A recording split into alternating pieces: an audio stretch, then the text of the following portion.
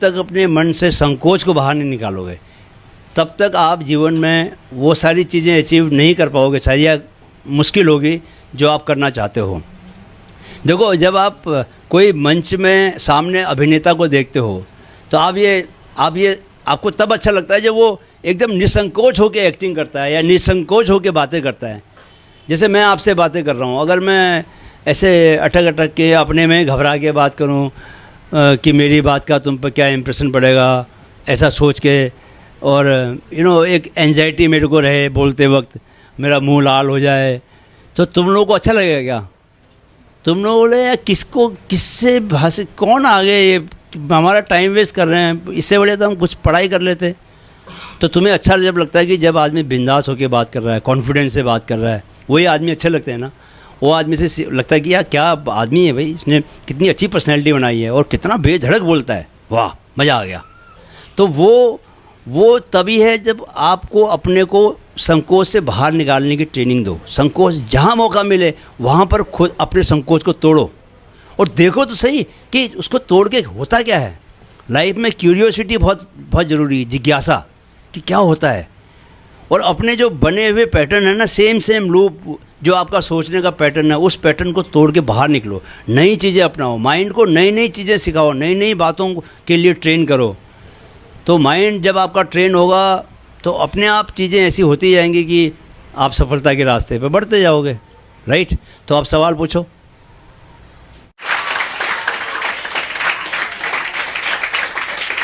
Okay, आज का last सवाल। सर, मैं मोटिवेशन स्पीकर बनना चाहती हूँ, बट मुझे स्टेज फियर बहुत अंदर से बहुत ज़्यादा है, तो इसको कैसे कम करूँ? बहुत बढ़िया सवाल है। अगर आप मोटिवेशनल स्पीकर बनना चाहते हो तो सबसे पहली चीज़ ये होगी कि आपको लोगों के सामने जाने का बिल्कुल डर नहीं होना चाहिए। लेकिन वो डर कब नहीं रहेगा? वो डर कब नहीं रहता? जब हमको किसी चीज़ की नॉलेज होती है तो डर अपने आप ख़त्म हो जाता है। अगर हमको नॉलेज नहीं होती, अधूरा ज्ञान होता है, तब हमको डर लगता है। जब हमारी पर्सनैलिटी के जितने भी एस्पेक्ट्स हैं, हम सब पे हमने अगर काम किया हो तो हमको डर नहीं लगता। लेकिन हमारी पर्सनैलिटी में कुछ प्रॉब्लम्स हों और हमें मालूम हो और हम उस पर काम नहीं कर पाए हों तो हमें डर लगता है। पहली बात तो ये समझ में आना चाहिए कि आपको जो चीज़ करना चाहते हो उससे कितना प्यार है, कितना पैशन है उस चीज़ के लिए। तो अगर मोटिवेशनल स्पीकर मुझे बनना था तो मैं पिछले 6 साल से उस पर काम कर रहा हूँ।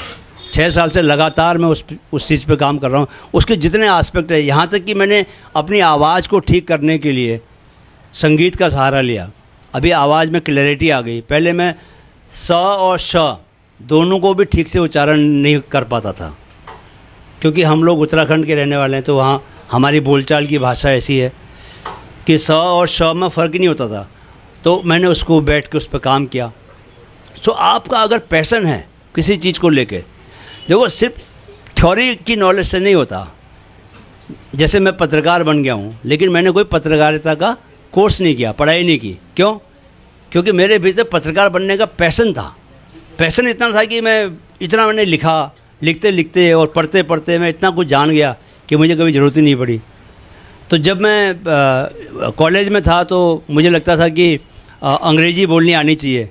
सो वहाँ पर हम छोटी जगह में रहते थे, तो अगर कॉलेज में अगर अंग्रेज़ी बोलने की कोशिश करते थे ना, तो बाकी के लड़के बाइकआउट करते थे कि ज़्यादा से ज़्यादा सियाना बन रहा है, चल अंग्रेज़ी बोल रहा है। मतलब वो डिमोरलाइज करते थे। ऐसा माहौल था नहीं कि आप अंग्रेज़ी बोलना सीख सको। तो मैं कमरे में शीशे के सामने अखबार लेके दिन रात, जैसे उन दिनों न्यूज़ में जो एंकर आते थे, इंग्लिश में न्यूज़ पढ़ते थे, उनको सुनता था और उनको इमिटेट करने की कोशिश करता था। जैसे वो बोलते हैं वैसे मैं भी बोलने की कोशिश करता था। तो उससे मेरा काम चला। सो वो have that passion in you, है ना। और उसको कहते हैं ना, ओढ़ना बिछाना सब कुछ फिर वही होना चाहिए। अगर आप देखो, स्वामी विवेकानंद ने कहा कि कोई एक चीज़, जिस चीज़ को आप चाहते हो, ठीक है, अगर सारी एनर्जी उसको पाने के लिए लगा दो तो फिर संसार में कुछ भी नहीं है जो तुम पा नहीं सकते। बशर्ते होता क्या है कि हम गड़बड़ क्यों करते हैं? क्योंकि पाना तो कुछ चाहते हैं लेकिन एनर्जी कहीं और लगा रहे हैं। अगर एनर्जी चैनलाइज कर दें, जिस तरफ आपको, जहाँ पर गोल है उसी डायरेक्शन में कदम बढ़ाओ तो एक ना एक दिन तो पहुंच जाओगे। लेकिन गोल तो उधर है और आप जा इधर रहे हो, तो कैसे पहुंचोगे बताओ। तो इसलिए सारी एनर्जी चैनलाइज करनी है, उसी डायरेक्शन में लगाना है ना। पैशन के साथ काम करोगे, नथिंग इज इम्पॉसिबल। माइंडफिट युवाओं में मानसिक जागरूकता के अपने लक्ष्य को लेकर कृत संकल्प है। इस मुहिम में हमारे मददगार बने। वीडियो अगर पसंद आया है तो इसे अपने दोस्तों के साथ ज़रूर शेयर करें।